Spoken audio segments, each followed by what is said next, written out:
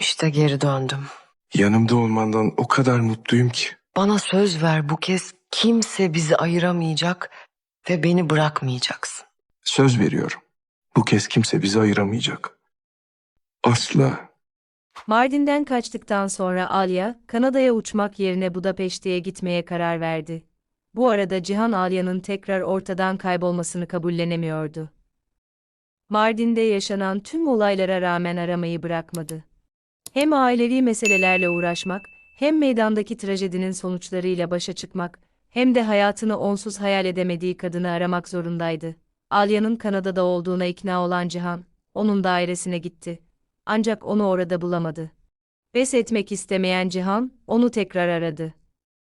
Şaşırtıcı bir şekilde, bu sefer Alya cevap verdi. Ayrılışından bu yana yaşanan her şeyi dikkatle dinledi, ancak nerede olduğunu bilerek söylemedi. Cihan ona meydandaki trajediyi, ailenin hala üzerinde asılı duran tehlikeyi anlattı ve geri dönmesini istedi. Ancak Alya, şu an bulunduğu yerde kendisinin ve Deniz'in Mardin'den çok daha güvende olduğunu, bu yüzden henüz hayatlarını riske atmaya hazır olmadığını açıkladı. Başka seçeneği kalmayan Cihan, tek başına eve döndü. Alya'nın arayışı durmadı, ancak artık öncelikle ailesinin güvenliğini sağlaması ve Mardin'deki tüm işlerini tamamlaması gerektiğini anlamıştı. Aynı zamanda meydandaki olaylarla ilgili resmi bir soruşturma yürütülüyordu.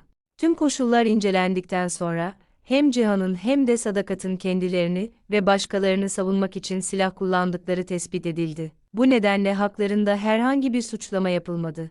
Bu sırada Nare, Şahin'in ölümünü çok ağır bir şekilde yaşıyordu. Sevdiği birini kaybetmek psikolojik durumunu ciddi şekilde etkilediği için, yavaş yavaş normal hayata dönmek amacıyla psikoterapiye girmeyi kabul etti. Alya sürekli onunla iletişim halinde kaldı. Onu aradı ve en azından uzaktan da olsa yanında olmaya çalıştı. Budapeşte'de Alya yavaş yavaş yeni bir hayat kurmaya başladı. Yerel bir hastanede iş buldu. Taşındıktan bir ay sonra hamile olduğunu öğrendi. Bu haber ona aynı anda hem büyük bir sevinç hem de endişe getirdi. Uzun süre Cihan'a bunu söyleyip söylememeye karar veremedi. Çünkü hemen Mardin'e dönmekte ısrar edeceğinden korkuyordu. Sonunda Alya, bu kadar önemli bir olayı ondan saklamak istemediğini anladı. Cihan'ı aradı ve hamile olduğunu dürüstçe anlattı. Bu haberi duyunca çok mutlu oldu ve hemen yanına uçacağını söyledi. Ancak o zaman Alya Budapeşte'de olduğunu açıkladı. Aynı zamanda tehlike tamamen geçene kadar ne kendisini ne de Deniz'i Mardin'e dönmeye zorlamamasını ve kararına saygı duymasını istedi. Cihan, tereddüt etmeden tüm şartlarını kabul etti. Onun için en önemli şey, Alya'yı tekrar görmek ve onun ve doğmamış çocuğun durumunun iyi olduğundan emin olmaktı. Ertesi gün Budapeşte'ye uçtu, buluşmaları daha önce hayal ettiklerinden çok farklıydı. Aralarında karşılıklı suçlamalar veya kırgınlıklar yoktu. Cihan Alya'nın kaçtığını asla düşünmedi, çünkü kararının başkasının manipülasyonunun ve oğlunun hayatından duyduğu korkunun sonucu olduğunu çok iyi biliyordu. Ayrılıkları sırasında yaşadıkları her şey hakkında uzun uzun konuştular. Cihan sonunda Meryem'in aldatmacası hakkındaki gerçeği Aliye'ye anlattı ve Serhat'ın asla oğlu olmadığını da açıkladı. Alya için bu ne kadar acımasızca aldatıldığının bir başka teyidiydi. Cihan sözünü tuttu ve artık Alya'dan Mardin'e dönmesini istemedi.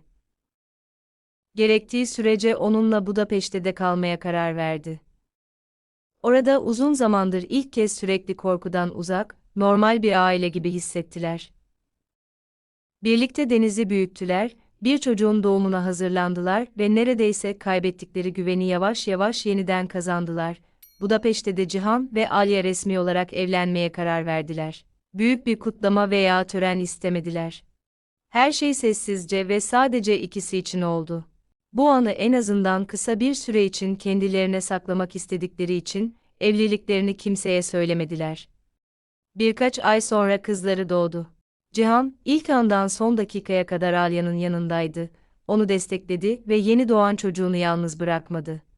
İşte o zaman, tüm zorluklara rağmen ailelerini kurtarmayı başardıklarını nihayet hissettiler. Bir süre sonra Alya, artık evden uzakta yaşamak istemediğini fark etti. Cihan'ın ailesini korumak için elinden gelen her şeyi yaptığını ve Mardin'deki durumun çok daha sakinleştiğini gördü. Bu yüzden birlikte geri dönmeye karar verdiler. Malikaneye varışları herkes için bir sürpriz oldu. Aile Alya, Cihan ve Deniz'i tekrar görmekten içtenlikle mutluydu. Ancak Alya'nın kollarındaki küçük kızı gördüklerinde en büyük şoku yaşadılar. Budapeşte'de yaşadıkları süre içinde bir kız çocuğu dünyaya getirdiğinden kimse şüphelenmemişti bile. Malikaneye geri dönen Alya, burayı ne kadar özlediğini hissetti. Tüm acı dolu anılara rağmen, ailesi burada kalmıştı ve şimdi nihayet Cihan, Deniz'e ve küçük kızıyla birlikte eve dönebiliyordu. Onu ilk karşılayanlardan biri Nare oldu. Arkadaşını görünce, onu çok özlediği için sıkıca kucakladı. Uzun bir tedavi ve psikoterapi sürecinden sonra Nare'nin yaşadığı trajediden yavaş yavaş kurtulup normal hayatına dönebildiğini görmek onu içtenlikle mutlu etti. Buluşmaları son derece duygusal oldu, çünkü bunca zamandır birbirlerine uzaktan da olsa destek olmuşlardı. Kısa süre sonra Sadakat da Aliye'ye yaklaştı. Artık bir zamanlar gelinine düşmanca davranan kadın değildi. Aliye'yi içtenlikle kucaklayan Sadakat, onu tekrar görmekten mutlu olduğunu söyledi ve geçmişte ona verdiği tüm acılar için özür diledi. Aynı zamanda Cihan ve Aliye çok zor bir soruyla baş başa kaldılar. Deniz hala Bora'nın öldüğünü bilmiyordu. Çocuğun böyle zor bir habere psikolojik olarak hazırlanması gerektiğini anlayarak, ona hemen söylememeye karar verdiler.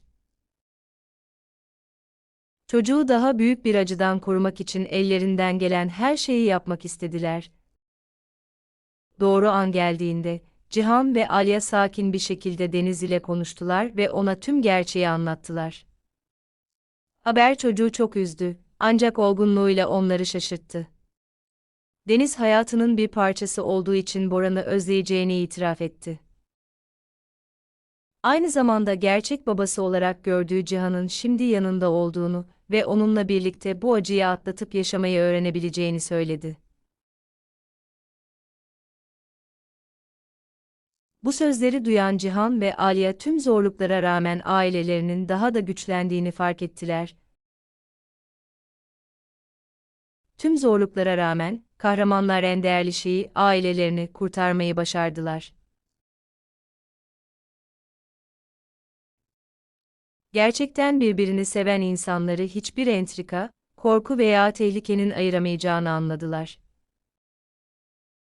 Bu nedenle eve dönüş, onların öyküsünün sonu değil, çocukları, aşkları ve ortak gelecekleri uğruna her türlü zorluğun üstesinden birlikte gelmeye hazır oldukları yeni bir hayatın başlangıcıydı.